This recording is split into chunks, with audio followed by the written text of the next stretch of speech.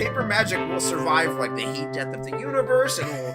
Oh, it's a smuggler's copter. Would you like to crew this? And then it crashes because they don't understand arithmetic. All your cards belong to me. 2 minutes into macing him in the eyeballs, I switched to pepper spray. He's like, it's all right, refreshing. And went back to the mace. Magic is dying. I'm done. Selling everything. I might be a hoarder. And yes, I don't have the crayons or glue to explain this to you right now. What, are you gonna die twice? Oil will be worthless before magic cards will. well, okay, Dr. Man. That's Mr. Dr. Professor Jason. Hello, everybody, and welcome back to Brainstorm Brewery. I'm Corbin Hostler, joined as always by my co-hosts Jason Alt and DJ Johnson. And this week we have a very special guest. That's going to be a great episode. This is one of the guests that we had on a long time ago, I think, in the show's run. I'm not sure what the first episode was, but always happy to have Rhystic Studies Sam back on the show. How you doing tonight? Hey guys, happy to be here. I'm always talking about that I'm your number one fan, so I know we were riffing before the show started, so I'm still giggling about that. Sorry, but What were you before you were yeah, I'm Rhystic happy to be here. Wasn't man. your name like Magic Man Sam or something like that? The Magic Man Sam? Yeah. It rolls off the tongue, man. And you got So- sued got by with like a 1960s road comic magician. got- He's like, I'm it's Magic a- Man Sam. I got my suitcase full of scarves, and I don't need this shit. Well, that's John C. Reilly's gimmick in Talladega Nights. At the end, he's the Magic Man. Now you see me. Now you don't. No, you don't. See, it was like that with the name, and I rebranded, and now I'm way more successful. So I think I made the right move a while ago. We should have rebranded But yeah, this I'm- podcast around episode Brainstorm 10. Brewery is not a good name. We knew this It's- was a it's the bad best name for a name. podcast right away. Name for the podcast. But we had the really good art. Inkwell Looter drew that guy with the brain popping out of his head, and we couldn't think of a way to just like change the name but keep that sweet art. So So I- sick. for a We should've long dropped the time. art. Yeah. No, for a long time, you know how like Team Solo Mid rebranded to TSM because like they're not a League of Legends company anymore. They're just like an esport brand. We should Yeah. just be BSB. There's no Brainstorm Brewery. We're just BSB. And they're like, what does it stand for? You're like, it's a secret. Then we get sued by the Backstreet Boys. I don't need that. Yeah. Oh no. Oh no. Yeah, I don't think that one wouldn't quite work out. I don't need the judge trying to like go viral by putting our sentence into some Backstreet Boys lyrics. Would definitely use lyrics to like. Yeah, lay 'em absolutely. down in Just court. Yeah. try to be one of those judges that goes viral and be like, "You owe them $26,000, and that ain't no lie." It's like, Your Honor, Jesus, did you have to? All due respect. Well, welcome on, Sam. Tell people who don't know what it is that you make across the internet and what people might have seen of yours, because most people who have spent a little bit of time on Magic YouTube have come across your content. Corbin lives in a universe where there's somebody that's heard of us and not you. Hey, you never know. You just got to cover your bases. For the 1,100 people that download this podcast who've never heard of you, Shout out to them. I have way more respect for them because if they don't know who I am, that's awesome. I want to hang out with you. I make videos under the moniker Rhystic Studies on YouTube, and I do long form, like super meticulous stuff that looks at world building and art and the history of the game. Very little magic. So, very little magic. as little That's as possible. I noticed the trend, and I was like, I bet he's enjoying this a lot more. It's the best. It's the best trend. Look, I have it right here, Jason. It's your latest favorite video. I know. I watched that whole video. I was like, man, I don't think I want to watch a whole video about rampant growth. And he's like, don't worry. 30 seconds, and he's like, you know what rampant growth looks like? The thing I'm going to talk about. And I was like, all right, thank God. Yeah, man. I know. It's true though, because I remember one of the videos of yours that I really enjoyed back in the day was the deep dive on Seb McKinnon's art. And it was basically like the first time I had ever really taken, like, actually, was like, I'm going to take some time to appreciate this artist's art. And Seb McKinnon, of course, is crazy popular and awesome now and as amazing pieces. But I went and found the other stuff that his company had done, the movies they had made or the short films, which was a lot of really cool stuff. So, I mean, there you go. In practice, your video led me to a piece of non-magic content. That's the goal. Yeah, that's my shtick now, and I can't help myself, and I have to resist fully diving into that. And I told you all before the cast, but like my favorite comment I got 2 weeks ago was some guy that was like, "I'm on to you, man. This whole magic thing is a ruse. Like this isn't. You're not doing. It's like you're like the stuff. teacher that makes math cool. Like yeah. It's like wait a minute. This I'm is not a talking about video magic at all. game. What's his name? What's the movie? I don't know. Is that a movie reference? Is it Stand and Deliver? Jason, do you know what I'm He talking didn't about? make math cool. He made those kids go to school in the summer. I wish I could remember his name. He made a guy who was in not a only- gang take the AP calculus test. That's not making it cool. That guy was way cool I before know. he went to that math class. Not only did Jason know the reference, he already had the rebuttal prepared. Listen. Like you Yeah, can't he get did. past I these knew like he- I knew he- encyclopedia. Don't come at me stuff. with references to Jaime Escalante, all right? Jaime Escalante. Thank you. Jesus, you Thank got the name right even. That's what I was trying. I got to pull out. watch couldn't that get in there. math classes and Spanish classes. Like there true. was no teacher at that school who's like, how could I teach this in science class because I have a hangover? We're gonna How watch could I Stand and just- Deliver. Was this also during the summer, Jason? Right? Yeah, I had to go to summer school. You're watching the summer school movie in summer school. I did summer school a couple times. It I just would have hits liked to different. watch the movie Summer School. That would have been good. A good summer school movie. Summer school was great. Okay, so the next Rhystic Studies video, you're like, we're going to talk about Headless Rider, and it's just going to be you talking about the elevator scene from the end of Profondo Rosso. That's right. Yeah, the elevator scene at the end of Profondo Rosso and how it connects to the Final Destination 2 scene, which was also, it's I know that one. intertextuality in film. Yeah. That's the one You're where, on I can tell you the whole plot of that movie. You fit my jam here. Corbin, you just admitted that you haven't seen Deep Red, but you have seen Final Destination 2. And Well, I've seen Final Destination 1, 2, 3, 4, The Final Destination, and then I think they just did another one called Final Destination. Anyways, I've seen them let me all. put you on the spot. Wait, let me put you on the spot. There's one scene I remember from one of the ones that are not 1 and 2 where a guy goes to a dentist and like the dentist forgets that he's dropping all the tools in him, but he's under laughing gas so he can't move. Do you know this scene? was that from a Final Destination? Now I got to watch all of them because I just... Yes. There's some pretty. He's I sitting don't in a remember dental that chair and he's like under, laughing gas so he can't move. But the dentist is negligent and he's like dropping all his tools in his mouth. You don't know this one? Wow, I don't remember that one. I remember like the a one where drill someone while it's running, just Well, drops it someone- into the guy's mouth. they had He's one where choking. someone went in He's just for choking on. yeah, someone went in for LASIK in one and they got him. They got Why tinnitus would you- That's death. later Why you would could you tell go- because there's tech. Don't they understand? Look, I've only seen the first one, but don't they know the deal? It's like, all right, you cheated death, and now death is Yeah, going you to gotta get you. It's wait. like, anyway, yeah, whatever. I'm going to go get laser surgery now. Well, Jason, On my eyes. the plot of Final Destination 2 is that only life can cheat death, and someone has a baby, and therefore they get to live. The baby does, or The person who had the baby. It's Final Destination 2 tried to continue the story from Final Destination 1, and after that they realized nobody cared, and they just started making them Saw. Yeah, it was movies the with Saw increasing- series. Yeah, their big thing was we want to do the most ridiculous scene at the beginning, right? And then they modeled a lot of those off of real events. Like they do a bridge collapse. It's modeled off of like some historical bridge collapse in the United States. Like they put a lot of creativity into those movies for what they were. I'm surprised they never made a 7 sequel where they're like, yeah, the them figuring out who the murderer was cool and all, but what people really want to see is Knife Dick Guy, and then it's just like 2 hours of Knife Dick Guy. All right, let's try to get out of this and move on. Look, before we talk about everything else going on in Magic, let's knock out everyone's favorite segment. It's Breaking Bulk. Breaking bulk time. Breaking bulk time. Break. Oh, yeah, Breaking Bulk. There's so much good stuff. It's a pick. Breaking bulk.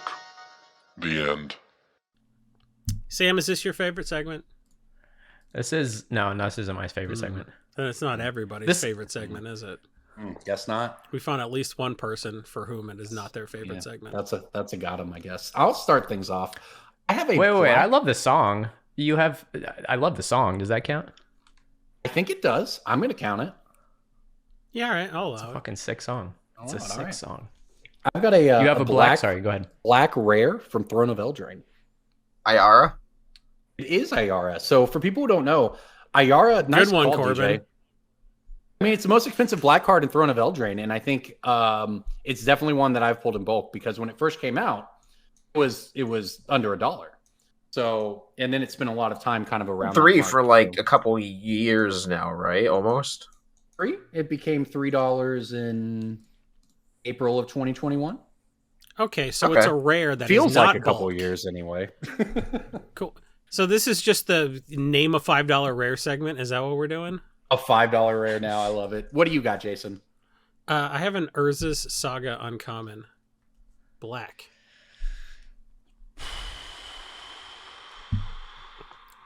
Black Urza's Gears, Corbin. Thank you. That helps. I know. Is it Regrowth? No, that's a rare. It's Phyrexian Gargantua? No. It's not a creature. Sorry, not Regrowth. I'm thinking of Rebirth. I think it's. Is it the one that kills artifacts? It's not.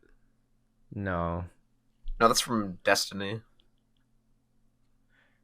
Is uncommon, you said? It's an uncommon Urza's Gears. Black. Enchantment. There. Pestilence uncommon in Saga? Pestilence was common. That's why I'm wondering. I was like, it was in the pre-con Is it 2 and that 2 I bought black? a bunch of copies of because I couldn't figure out a better way to get a hold of copies. I know of Pestilence Worship. is usually common, but I wasn't sure if it Pestilence got up to was, that. it's that was a fun deck. You had a bunch of pro black creatures and worship, so you just Pestilence them out of the game. That was a good time. Is it 2 and 2 black? It is 1 black. Darkest Hour? One black No. enchantment. Or not Darkest Hour, Evil Presence. No. One black enchantment. Man, this is the opposite of Corbin's pick. This is a good one. It's actually bulk, or it was bulk. Yeah, I get these in bulk. It's not a rare, and it's hard to guess. So, this is how the game should be played. It is plain or void. Oh, no, this is a good one. This is a Whenever good one. creatures I put don't into know a this card. graveyard, remove that card It's from Rest the in game. Peace. Yeah, it's just 1 black, almost Rest in Peace, but it's like $4 or something like that, right? Oh, it was under $3 very recently, but no more. It's very recently spiked. This is a nice card. I wasn't aware of this. Could you do me a favor and read the flavor text? Since I'm on the show, we got to concentrate on the stuff that isn't about magic. Planeswalking isn't about walking. It's about falling and screaming. Xantia, Phyrexian outcast. Was she an outcast or was she a double agent? I don't know because I'm not a nerd. She was a sleeper agent. Yeah, she's a sleeper agent. Planeswalking isn't about walking. It's about falling and screaming. That's actually some pretty decent flavor text. I agree. That's solid flavor text. I don't know what's going on in the art of this card, but It's a planar void, Corbin. They're getting sucked into the planar void. They're falling and screaming. looking at a That's small exactly what's version going of on. it here. Yeah, you're right. Okay, DJ, what do you got? I have a white rare from Visions. Equipoise. No. Sets with non-colored mana symbols, like, you're going to get rares in bulk. So he's just like, I understand. I don't care. Is it cheating to be really, really good at this game? Wait, Is what'd it- you say? It's white something It's a from white Visions? rare from Visions. It's Is an it playable? enchantment. Is it playable? It's not great. It's an enchantment. Is it an enchantment? Is it an enchant world? It's an enchant world. It's Eye of Singularity. It is Eye of Singularity. There you go. Nice. This is a Holy white smokes. enchant world. When it comes into play, bury all permanents with the same name except basic lands. Whenever any permanent other than a basic land comes into play, bury any permanent already in play with the same name. Anti-tokens? That's all I got. And for that one guy that just really loves to brag about his rat colony deck, It's not on the reserved list. it is a $3 card that I happen to find. Like, every card in Visions is worth money, just like every card in Mirage is worth money now. Both of those sets are just, if the card has more than 3 lines of text on it, it's probably worth something. Half of Visions was in Portal or That's all I 6th got. edition. I don't. That's the Reasonable as problem anything with a else, set like DJ. Visions. The stuff that's Visions only. It's like, Yeah. you're gonna really pop on some of that stuff, but like a lot of that stuff was in the set before, the set after. So like, yeah, Natural Order's cool, but like we printed it twice in 6 months. I'm still waiting for Helm of Awakening to get there, and then like they are sneakily going and finding all my Visions picks and just putting them on the list. It's like Jason I mean, like, doesn't get to make money on Helm of list is Awakening or for- Teferi's Puzzle Box anymore. I mean, like, Griffin Canyon is $12, so like the magic economy isn't real. I mean, Griffin Canyon is the only. That's how I give flying to my. I don't know what Griffin Canyon does. I'm gonna be real I honest. not a clue what it does. It untaps target Griffin and gives it +1/+1. Okay. So you can play it in your Morathon deck. Yeah, there you go. For your Chameleon Makes sense. Colossus. Oh, I'd pay $12 for that. What about Breast Stealer's Crypt? Because that was a card that was like $1 or $2 like 4 years ago when I was like, this shouldn't be $1 or $2. I don't know that one. But I don't like when I call stuff and it doesn't go up because I'm correct about how playable it is. It goes up because of how on the reserve list it is. Breast Sealer's Crypt got expensive earlier this year and has come back down, but it is expensive. Interesting. I do not know many of these Vision cards, that's for sure. All right. And Sam, did you want to get in with one or no? Yeah, I just hit Scryfall random a few times. We're gonna try this. get out of here. All right, That's what let's do Corbin it. does. I know, but this is strange. I have so the first one. No. We're just gonna go for it. We've got a common from Portal 3 Kingdoms. From what? P3K? Get out of here. Yeah, That's a from- banned set. Everything from Wow. P3K is worth money. Because they only sold it Yeah, at but- Toys R Us. Oh, right. Okay, that was my question. All right, I have a different one. I have a gold uncommon from Conflux. Gold uncommon from Conflux. Fusion Elemental. Card's worthless. This is a good one. Gold uncommon. Does it have Cascade? Nope. This is actually a perfect breaking bulk scenario, I think. I agree. Gold Is it uncommon worth any from money, or did you hit random on Scryfall and you don't know how much? I it's hit Nothing in random Conflux until I has found Cascade. one that's. It's worth breaking bulk money. It's It's not like $15. You know what I mean? Yeah. It's worth 80 cents. You know, we made a mistake real early by not saying how much it buy lists for, because I feel like that's more instructive. But Yeah, but that changes too, right? Like Yeah. that changes a lot. It changes I a like lot this based big- on whether it's got I have- reprinted and stuff. Shards is a set I'm really bad with in terms of like knowing This if is it's Conflux, Alara Reborn. right? I know, like I'm not an expert on like what's in Shards versus what's in Conflicts versus what's in Alara Reborn. so So I'm thinking there were a couple playable uncommons. Do we there even know was what the, the gold is? Do we There was even know what colors it Elder is? Mastery. knowing what the gold is would There was give it not away. Vine Mystic. Is it Slave of Bolus, or was that in a different No, set? Slave Slave of of Bolus Bolus was was a Alara different Reborn. set. You're Yeah, that thinking was close. Elder Mastery. That kind of looks like Slave of Bolus. That's the thing that makes a creature into Nico Bolus. It makes a Yeah, I know what discard you're check. talking about. I'm trying to think of. Is it the that was like the when I first started dragon? playing. Is it the dragon with Wait. Devour? No, but what if you already said it? What if I already said it? Is it Elder Mastery Yeah. or not Vine Mystic? It's not Vine Mystic. Oh, what is it? Wait, Then? do you know what not Vine if Mystic it's not does? if it's not Vine Mystic, what is it? Not Vine Mystic adds Naya mana. It's a Naya Don't tell mana me what it ability that isn't. Tell me what it is. I understood. It's a yes Vine Mystic. All right. Okay, so this is a perfect. I mean, it's not a perfect breaking bulk. I randomed it, but it makes sense as to why it would is a be good like one. 70 cents. Well, you know right? what? You know why that messed me. If Corbin had said this, I would have not guessed Counter Squall because Counter Squall is too obvious, and Corbin would be like, "It's Counter Squall." Well, it's I a stumped green you white. guys the past month. Just so we're clear, I've stumped you guys. Let in him like 3 of the talk. past 4 episodes. You're Well, I'm just filibustering gonna our tell the- guest, Corbin. You shouldn't talk over him. No one yet agreed. Go You ahead. should Sam. not. Sorry, I'm just a shout out to the people driving out there. Not Vine Mystic is a red, green, whites 2/2 elf druid with pay 1 generic tap, add red, green, white, add Naya mana to your mana pool. It's a cool dork. I suspect that these 3 color sets can be relevant again. It's a perfect EDH little monster, and yeah, I mean, it's 70 cents if you're looking at cards that are relevant from 15 years ago or whatever.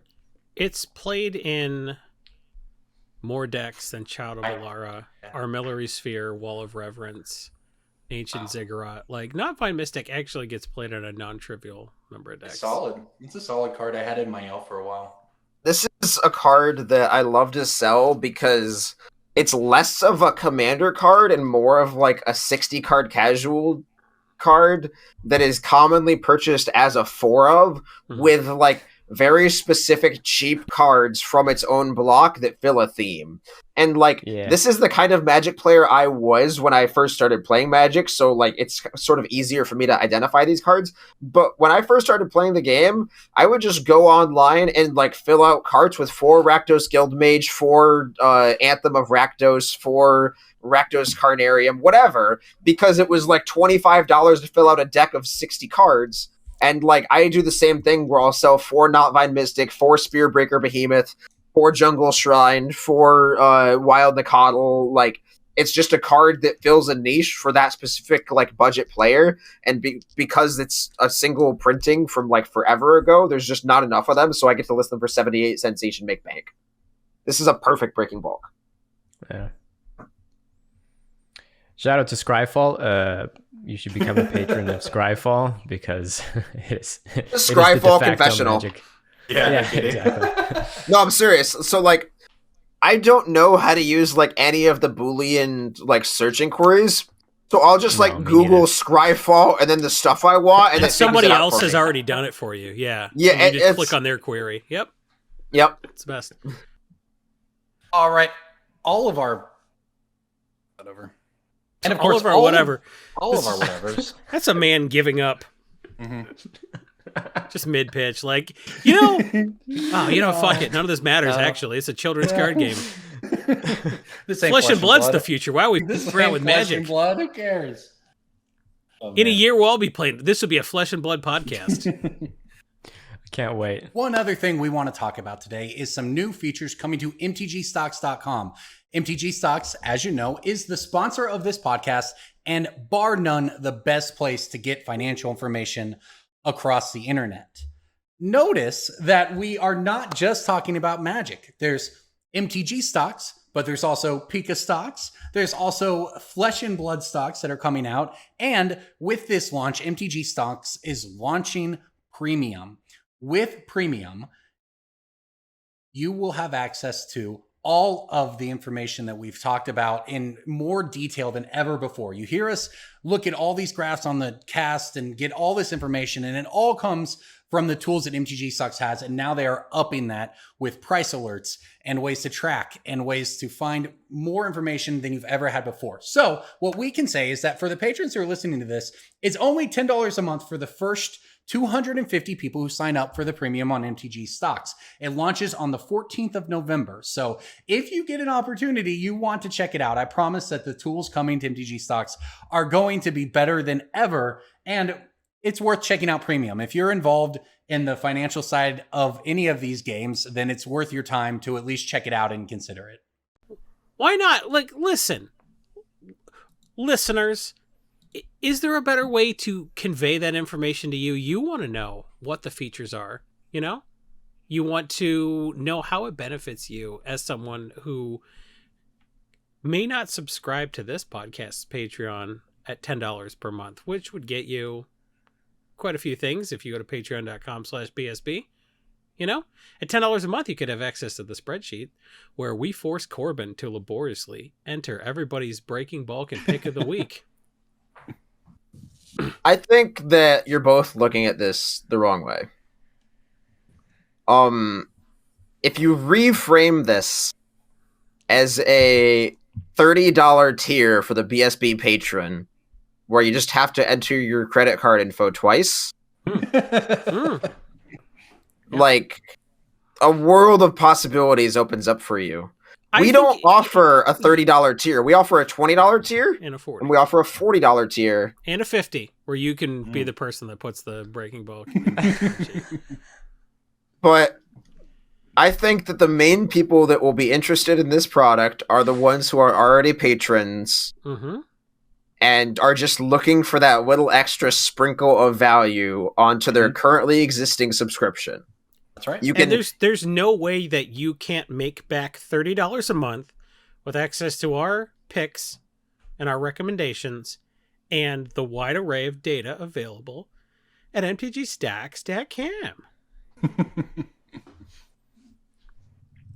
I will say that I worked with the primary creator of MTG Stocks over the past few months to cultivate these features based on what I would want to see out of a product. And I sell those wizard squares back there. So that is I had several Twitter discussions with the person who was creating these features, and they said, "What do you want to see?" And I said, "I would like to see this, this, and this." And now those exist in a real way for you to access. For financiers, by financiers. You've always said that. Great. Hashtag what do we want to talk about next? We did it. We made a new hashtag. We want to talk about how we can avoid talking about Crimson Vow. I do Can we talk not about think- how no. Can we talk about how every WotC employee has to hashtag WotC staff everything? Is that not weird for anyone? Do you not You know like what? that? It's not illegal for me to start hashtagging WotC staff and be like, what, they True. hired that guy? Oh man, the number of people who would be upset if I just started putting WotC staff in my Immediately. tweets. Oh man. Well, what's interesting is that it is an example of just like kind of corporatism, because lots of people work for companies and make tweets and don't have to hashtag their tweets X company, right? But the FTC or FCC or whoever came out with some kind of guidance that said you should disclose that some number of years ago. It became WotC policy that you have to hashtag WotC staff, and it's just lived on forever. It's not even like Here's the thing. WotC related tweets though. It's like Mark It's Rosewater everything. will tweet out like, "Haha, went out and got a milkshake today." WotC staff. Like, Did you say milkshake? A milkshake. You said milkshake. Here's There's the an thing, you I, guys- dude. There's no E in. Well, there's an E at the end. But that one you don't pronounce. Hashtag Listen, you there's guys no are talking E in about- milkshake, but there is. Came for the finance. You guys stayed are for the talking about spelling. you want to rebrand Brainstorm Brewery either to BSB. I think you should rebrand it to WotC Staff. Oh my god, the WotC Staff podcast. It's not against the law for us to name this podcast WotC Not Staff. at all. Not at all. It's the first thing I think of when I think. if everybody finance does and it, if banter, everybody on yeah. Twitter joins together and starts tweeting everything with WotC staff, then they can't No, get in trouble. Especially if we can't spelled stop it us different. If we spelled it WATSI, WotC Staff. WotC Staff. Yeah, This man. has some big. That's the name we're of my gonna podcast. rush- What a coincidence. What We're can gonna they rush do? Area 51 energy right here. That's what this is. They can't stop us all. They can't stop They can't all of stop- us. Yes, They can't stop all They- 7 of they have us. Machine guns. They can. I know the whole Area 50. They could have shot one dude and that would have been over. And they're like, they can't Oh shoot all my of us. God. It's like, nope, just you, Ace. We just shot the guy closest to the fence. Turns out we didn't have to shoot everyone. Did you know that like that's actually what you're supposed to do in like a life or death situation? Is what? Like if you're surrounded by a bunch of people who are like trying to kill you, the recommended thing is like you're supposed to like look one guy in the eye and be like, "I will make your life as miserable as possible before I go down." And like that guy is like, "Oh shit, I'm not getting involved in this." And then you have to like make eye contact with each of your aggressors and like basically like convince them that you're gonna like make their life a hell before you. This is the like, worst advice I've ever heard. No, it That's worked. Remember Jack Reacher where they're like, it's 5-on-1. He's like, actually, it's 3-on-1. They're like, how do you figure that? He's like, because I'm going to kick you in the balls and you're going to throw up on yourself. And then one of your friends is going to be like, well, we should take him. And then your other 3 friends will run away. And that's exactly how it worked, which was great because Jack Reacher in the books is like 7'5". And they're like, yeah, we can cast Tom Cruise here. Tom Cruise is like, I'm going to kick all your ass. And they're like, really? Because I don't know that you're I have time 5'4" to- with lifts. Like, dude, does anyone really have the time to stare down a bunch of different people who are about to try to? That's not how. I'm not saying it's like a one man versus 1,000 thing. What Like like works 1v3. what novelty survival guide book from an airport kiosk did you get that advice from? Where it's like, it's like the survival guide is like how to survive a shark attack, and then the next page is like what to do in quicksand. What to do if you're in a John Wick situation. Yikes. Corbin thinks he can fight a cow. Why are you on his side? Yeah, right? Just because I'm attacking you does not mean I'm on Corbin's side. There are more than 2 sides to every story. Yeah, and you got to make eye contact with each one of them. Listen, I will make your life as miserable as possible on this podcast. Every time you try to record, I will be 10 minutes late. Did that work? Shit, it worked. Did I cow you into moving on? Don't say cow. Corbin will get his boxing gloves. Why would you fight a cow with boxing gloves? You can't punch the cow as hard. Yeah, bare knuckle for sure. Yeah. Actually, I think there are more injuries in boxing glove boxing, because in bare knuckle boxing, you don't punch someone hard enough to hurt your hand, so there are fewer head injuries. So boxing gloves are actually more dangerous than bare knuckle.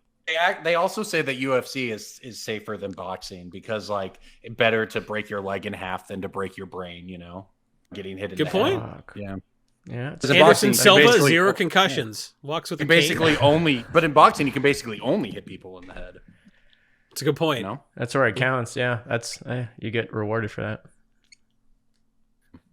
I've never heard that point. That you must have found that in some awesome book in an airport kiosk. Yep. Well, I'm in an Airbnb written by Dana White. It's right next to the book that's How to Not Always Be Working. That's a book that's sitting on my bedstand here. So I guess luckily you're not working as now, you podcast from an Airbnb because you're not allowed to touch your children for another 3 days. That's correct. All right, moving along. Let's catch up a little bit with Sam. DJ, why don't you go ahead? I know we had something we'd set up. Why don't you pitch a question to Sam here? So I, as everyone else, was enthralled by the most recent Innistrad video. Gorgeous as always. But I have questions about Innistrad's I guess technological advancement. So you did mention that there. I tweeted this at you and you didn't reply, so now I have you here. Okay. There's an object on Innistrad called the Celestris or something. Celestis. It's the Celestis, yeah. And then there's also this card called Cartographer's Survey. And if I didn't know any better and the set symbol on this card did not exist, I would assume this card exists in Kaladesh because there are big shiny gears on it. Explain. Yeah, that's true. This is a strange dissonance between the prompt and the worlds, because especially for someone of Donato's caliber, this painting should have made more sense just off the cuff. You know, we talk about legibility in Magic cards and how quickly you're able to pair the worlds with the image. It's like subconscious. If you pay attention, even cursory to Magic, you should be able to do that. And you're right that this is like one of those outlier cards that either was like, oh, is this slush art that they used in the set, which happens sometimes, or something gets repurposed and then the artist either doesn't know or 5 years later sees the card that they painted 5 years before, and it's like, oh, they finally found a home for this. You know, I think a lot of the ancillary products are really good examples of that, where you have a lot of assets that you've paid for, but you haven't found a spot for. Oh yeah, like the Commander decks. Yeah, because I mean, like the woman's like dress and garb is Innistradian, if that's the thing. Yeah. And then the flavor text doesn't even mention why there are like big metal objects at all. Because they have to turn day to night and night to day so that they don't get twilighted. I don't know if there is a world building element at play here that I'm not aware of, but I do know that there's an intertextuality between Donato's paintings and this painting, right? Because Donato's, like, one of his most famous Magic paintings is for Cartographer proper. Yeah. So it was an opportunity for him to revisit the map gimmick. But even in this image, there is every region of Innistrad represented. Like Nephalia and Soren's. That's his most famous Markov painting? Mansion. An Odyssey Common? Yeah. Have you ever looked at the art on that card? Like, actually looked at it? Yeah. I played 4 copies of it in a Astral Slide deck. it's heralded as one of the all-time greats for Magic paintings, and he is an all-time artist that like transcended Magic and became a name in fantasy painting outside of Magic. Like, he's one of those examples of, like, you know, now we talked about Seb earlier, but Seb has such a following and such a brand and such a style that he can afford to like take breaks from Magic because his paintings and his Kickstarters do well. And Donato was doing that before like social media, so he was legit, you know, capital L legit. So like Donato coming back to Magic is partially because the money is really good for paintings like in the secondary market, and because he is such a big name everywhere that like even people that don't care about Magic will buy a Magic painting from Donato because he's just the G, right? So this painting to me is kind of like a nod to like his own Magic origins and his own successes in Magic from a totally bygone era, and also it's I think you're right in that the image is pretty dissonant with Innistrad's world building, but well, it makes sense if you look a little closer. Heavier, don't you think? Like the Celestis, if we're understanding it correctly, is how they managed to not get murdered by night creatures by like being able to turn it back to day.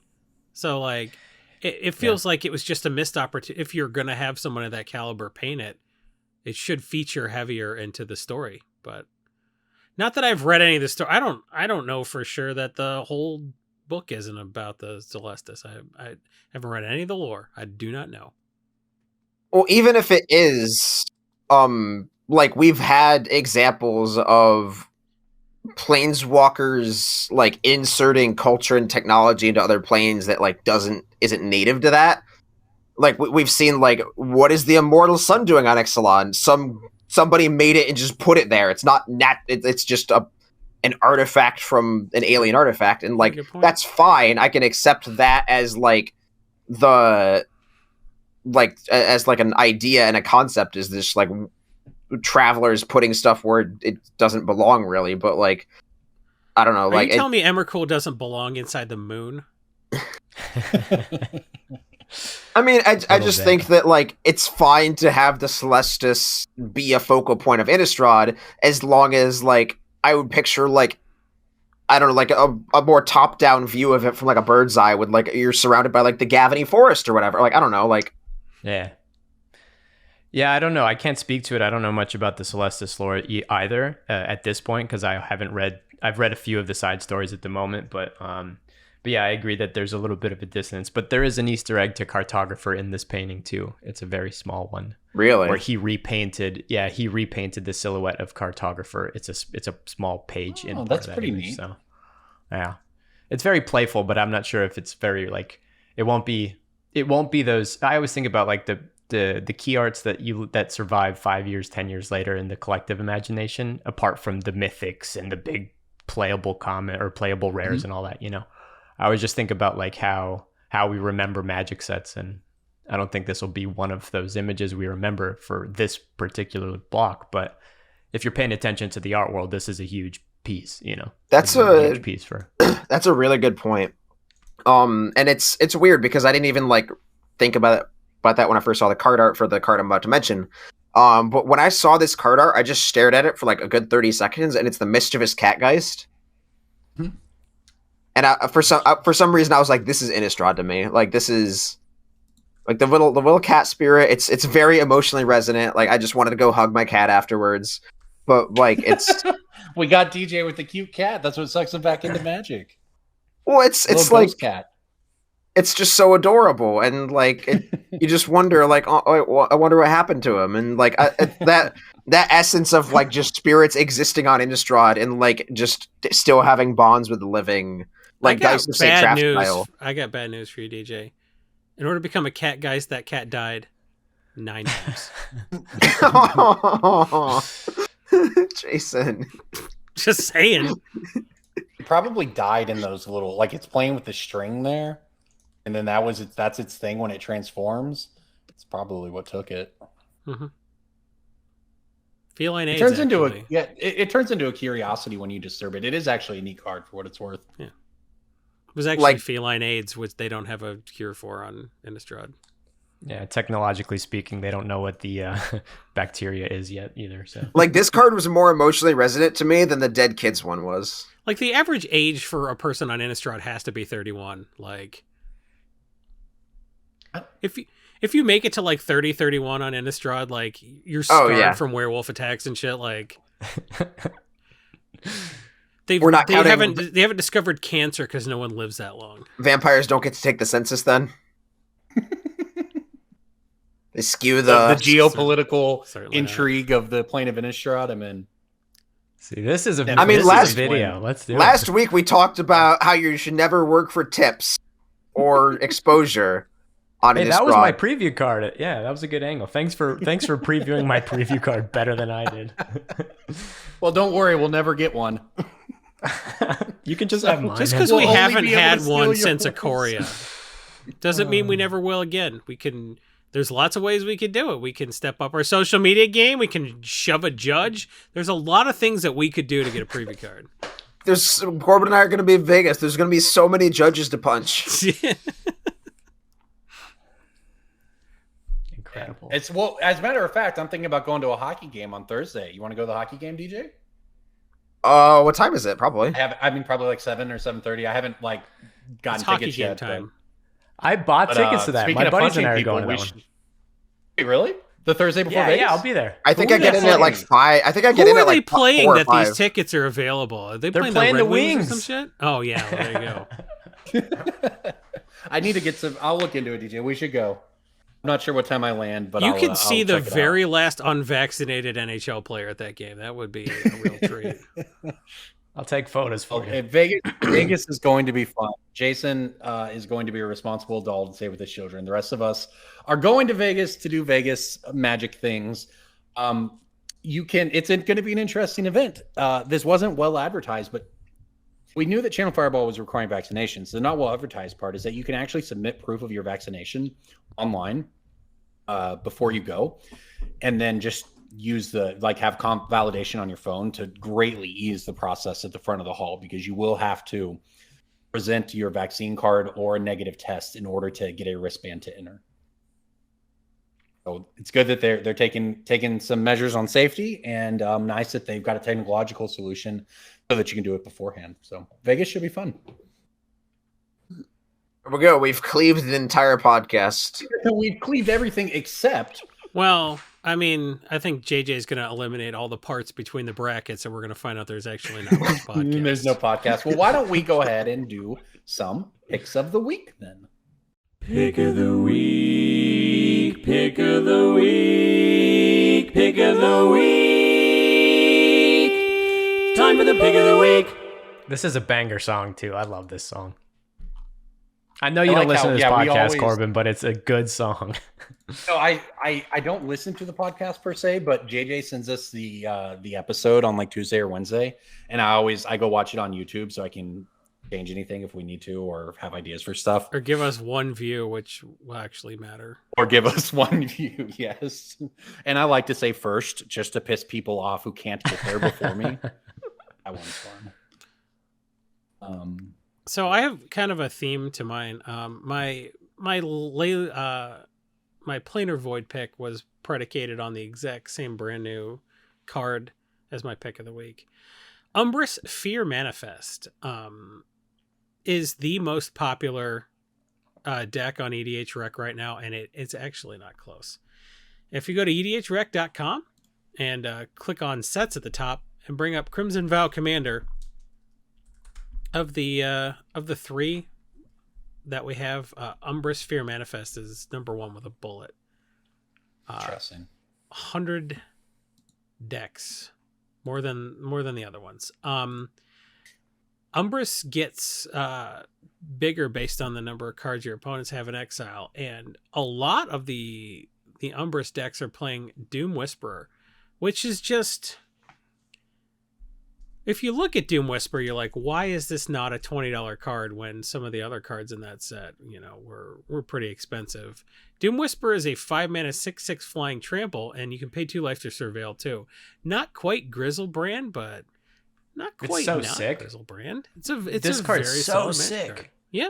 Yeah, this card also is sitting on the this is one of those cards that if they ever print something that says whenever a card is put into your graveyard, you gain a life, it goes infinite, right?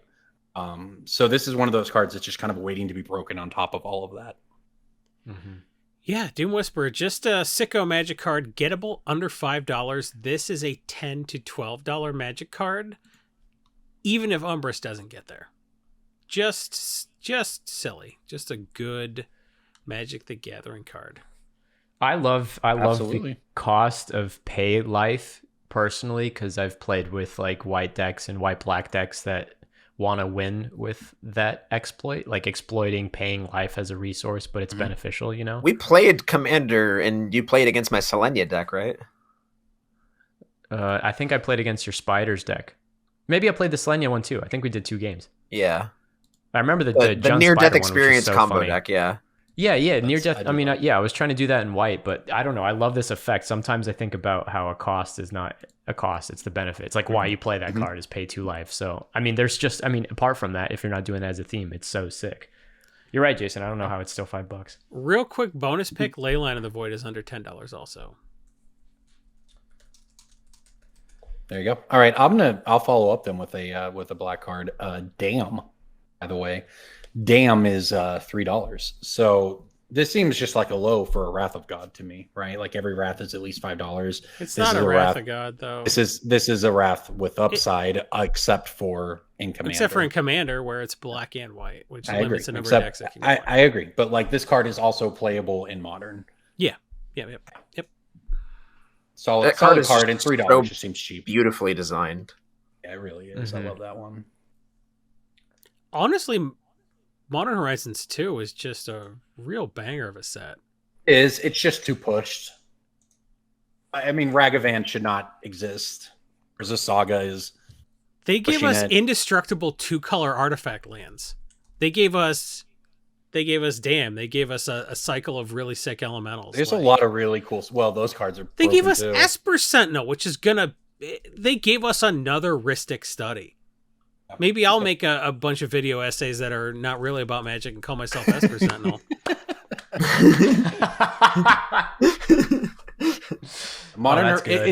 Remember, by the way, we're talking about the cool designs of Modern Horizons 2. That was stacked right on top of Time Spiral Remastered. It's just really not that. This looks like a Time Spiral card to me. Come on, they've just Modern Horizons is a Time Spiral set. You tell me Urza's Exactly. Saga shouldn't have been in a Time Spiral set. And Like, they just dropped it on top of there anyway. Anyways, DJ, what do you got?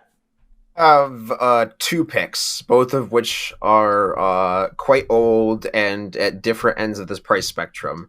They're also cards that are based on potentially cards that we will see in Kamigawa Neon Dynasty. Okay. I mean, it's pretty clear that Innistrad was very, very vampire and werewolf and zombie focused, and we saw a lot of spikes based on that.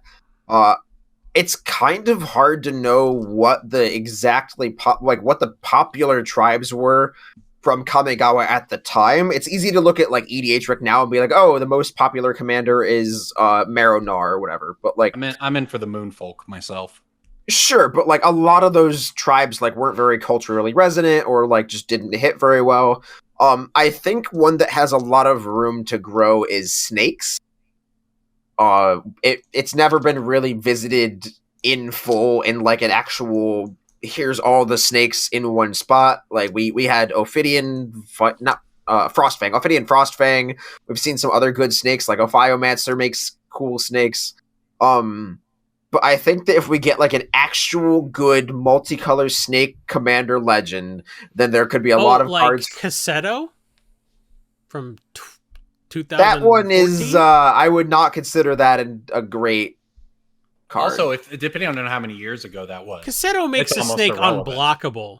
One whole snake for 3 mana. I think the more important part there is that it's just that card's going to spike too if they do something right, like exactly, that, and that's yeah. So like, assuming the card is legal in that deck, the 2 cards I was looking at specifically are Sasuke's Summons, which is just an uncommon card generation thing that you can like discard it or feed it to something and it will come back to your hand anytime a non-token snake enters the battlefield under your control. So it's sort of like a squee. You can use like a squee almost, where it's just like this like not nigh infinite like way to just have a card in your hand. And then Seshiro, which is the big legendary 6 mana one that gives all your snakes +2/+2, and then they all have Ophidian Eye triggers. One of those cards is $1, one of them is $15. So you can just sort of mix and match your preferences and where you put your money. They could be reprinted, but like I'm just sort of looking at Kamigawa as a whole right now and just sort of trying to get my feelers out there for what will be popular. Maybe it's rats, maybe it's snakes, maybe it's moonfolk, who knows? But just sort of those are two that caught my eye in terms of like there could be a lot of demand for these kinds of cards if they're not reprinted, sort of like Immerwolf style spikes. Yeah, but while we're on the topic, I just want to complain for a second. I saw the typical expected, what, Edgar Markov is $100 now, what the hell? Tweet with 1 million retweets and likes and all that. And I just wish that for once, us telling people that Edgar Markov was going to be $100 got as much attention as that's all. Hopefully our listeners got your Edgar Markovs when we've talked about it for, I don't know, the last 6 months. Well, hopefully our listeners got the abundances when they were still 75 cents for the most recent version of it, because we got a couple minutes and I want to talk about the fact that a real good EDH spec has to be obvious to people that don't care about EDH. Because if you look at something like Twinning Staff, that is very good with like Volo and like continues to be 2 or 3 legendary creatures per set are very good with Twinning Staff, versus a card that is not a commander, a big dumb green card that isn't a commander, and like you have no real easy way to tutor for it. Like, if you think that pairing with just a random green card in the deck is as good as being able to pair with a commander and assemble a 2-card combo, I don't think you've ever played a game of EDH. So we have Abundance is like a basically draw your deck combo with a card in the new set. Cultivator Colossus. When it comes into battlefield, you may put a land card from your hand onto the battlefield tapped. If you do, draw a card. Abundance lets you, instead of drawing a card, just keep going until you hit a land. So you can dump, your whole all the lands out of your deck into play and then just like draw your whole deck. And like that's cool and all, but it's a 7 mana creature and then like an enchantment. Neither of them are that easy to get. Like I realize everyone's like, oh, idiot, how about tutors? But like Cultivator Colossus, are you going to take out the other 7 mana giant green creature in your dumb combo deck? Right? Yeah. Or Nyx Bloom Ancient or Kadama or, there's probably 5 of them. You have room for 1 of them in your deck. I just don't think Abundance needs to be a $20 Urza Saga copy when stuff that actually is going to get played more is cheaper. And I think the main difference is whether that combo seems splashy and obvious to people who don't play EDH. So if you're thinking about buying Abundance at like $10-$12, hoping to play it, just wait for it to come down. I don't really think you're going to play that combo because Cultivator Colossus probably doesn't go in the deck. I don't think Cultivator Colossus is a $32 card like it is on TCG Player now. I think that card's going to crash. I think that's a $10 card or less, because all the other cards that cost the exact same amount of mana and do the exact same power level, there's one in every 3 months. There's a card like Cultivator Colossus printed every 3 months, and people just play one of them, whatever the one they pick is, and and they're all $12 max. So I don't think Cultivator Colossus is a $30 card, and I don't think Abundance is a $20 card. So I think if you are not in a position to buy cards like that for their pre-spike price, get them reliably and be able to flip them quickly, stay out of it. Like, it's cool that I called Abundance at 75 cents and now it's $20. But at the same time, did anybody actually get in for 75 cents and get out for 20? Probably not. Hopefully What the patrons did. How about that? Well, if the patrons had access to the spreadsheet by going to patreon.com/BSB and giving us $20 a month, which is $4 or $5 an episode, they'd have access to the Playmats, these handsome drinking glasses, some cool end of the year perks that you're going to want to get locked in at. And they would have access to the spreadsheet where on Monday night when we recorded the podcast, we would have put that abundance pick in the spreadsheet. They would have seen it days before everybody else. But that's not the point. The point is, I really like stuff that's a little easier to see coming, is based on what people are actually putting in decks rather than what they say they are putting in decks. And is not going to be a card that's going to immediately tank when people realize it's trash. And it's not going to be a card that spikes, 10,000% overnight. So all your orders get canceled when you try to pick it up from somebody. So all of those things, it's spikes like that are the reason I don't speculate on modern, or standard. I stay out of that. Anything that's like, over the weekend, a new deck, did real well. And everyone's trying to scramble to buy these copies.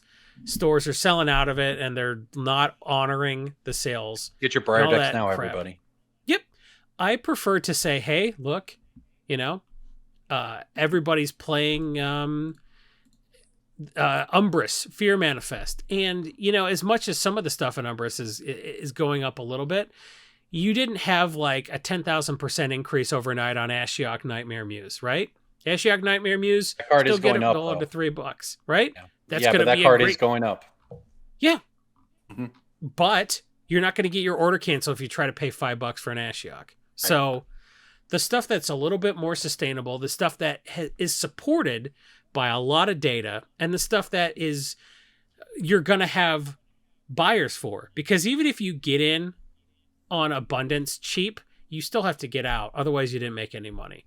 So stuff that's actually supported by what people are actually building rather than what they say they're going to build is a better pickup. So as much as I would love to do an end zone dance and be like, I call it abundance, I'm winning the Brainstorm Brewery spreadsheet game, as much as I love to dunk on Corbin because I always beat him. If it's a card like abundance that probably will go to 20 and then go back down to like 6 from $2 or whatever. Only of a small, lucky group of people. Group of patrons. Yeah, sure. Hopefully, are going to make the money on that. But I don't like telling 10,000 people advice that's going to benefit 11 of them. Yeah, I agree. I understand. So that's how I feel about that. You'll notice that most of my picks of the week are stuff like, okay, Brainstorm, we have a bunch of EDH rec data. Umbrus Fear Manifest is the most popular deck, and a lot of them are playing Wharf Infiltrator and Dread Presence. Maybe look at cards that are actually in the deck versus flash in the pan stuff that you probably have a 7-day period if the U.S. Postal Service isn't 2 days late getting you your package to flip back out of. That's stressful. I don't like those specs, and I don't call them that often, but when I do, I talk mad shit. You're going down, Corbin. I'm going to beat you. I'm going to beat you in the spreadsheet game. Anyway, that was my rant for the week. That was, clip that out, put that on YouTube. That was excellent, Jason. That was well deserved. That was good. Yeah, I've 2-minute been doing rant, this a long time. You earned the face. Go ahead. You earned the FaceTime for this week with the pick last week. When you get the 2,000% increase, you get to do your 2 minutes of FaceTime. You got it. Yep. Well, thank you for that, and thank you, Sam, for coming on the show. Tell people again where they can find you across the internet. Well, you can find me on Twitter at @EsperSentinel. You can find me on YouTube at @EsperSentinel. I make videos that are not about Did you get magic. that account while I was talking? Nice rant, Jason. Did you scoop me while I was ranting? You got to get in before the rest get in. You just said that in your rant, so I paid attention. Yeah, what's up, man? No, I'm So I make videos at Rhystic Studies. You can find them on YouTube and Twitter, and big time fan of the podcast. It's always fun to come in and bullshit with you guys. So don't. I know you hate it. I know you hate that I love you. I know you hate that I love you guys, but Tell I me do, your and favorite that's why podcast is the when volunteer. you came on to Director's Cut and we talked about Yeah, Dario Argento. Yeah, That's right. Argento. You still owe me one film to watch, which is The House with the Laughing Windows. I know we've passed the Halloween season, but it's a very, very. I think of all the people that I'd recommend it to you because you have like that depth of film history and knowledge, and you know the Italian tradition, and it's one of those off the beaten path, weird Italian ones. So, not that you have to watch it soon. I watch that tonight. I'm on it. Okay. It's man. midnight. I think the whole thing is on YouTube movie. with. I know. Anyway, yeah, thanks guys. I appreciate y'all. This is living proof. I appreciate y'all. This is my handsome drinking glass from ages ago. I don't know what this fancy new one is that you showed. Yeah, the tulip. Yeah, Corbin needs to ship. The tulip one is sick. Oh my god, I have the tulip one exactly is like so sick. 2 or 3 tulip glasses. So we could try to get you one. There are very few left, and they like to break. I don't know if we'll be running those. Yeah, I understand. But I still use your. I do have a couple. I still use your coffee mug for my hot chocolate in the mornings. Hell yeah, thank you. Yeah, that one broke. I mean, probably 10 or 15 of those broke over the course of 150 shippings, but drinks hot chocolate in the morning. Can we talk about how he drinks hot chocolate in the morning? That is the worst of both worlds. Fella. It's like it's a scalding beverage right when I first wake up, but at least there's no caffeine. What is wrong with you? Were you out of tomato soup? I just assume DJ rolls out of bed in the morning. DJ rolls out of bed in the morning, ready to go, right? I mean, I take cold showers. He does showers. some parkour flip out of bed. He's like, he does a parkour flip into the hot chocolate. We've gone over this. I take cold showers in the morning.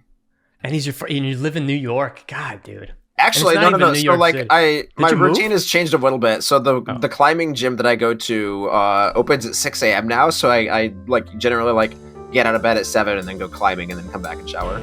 Awesome. Get out of here. Respect. Who's like that? Young man stuff. Well, thank you everybody for listening. We will see you next week on Brainstorm Brewery.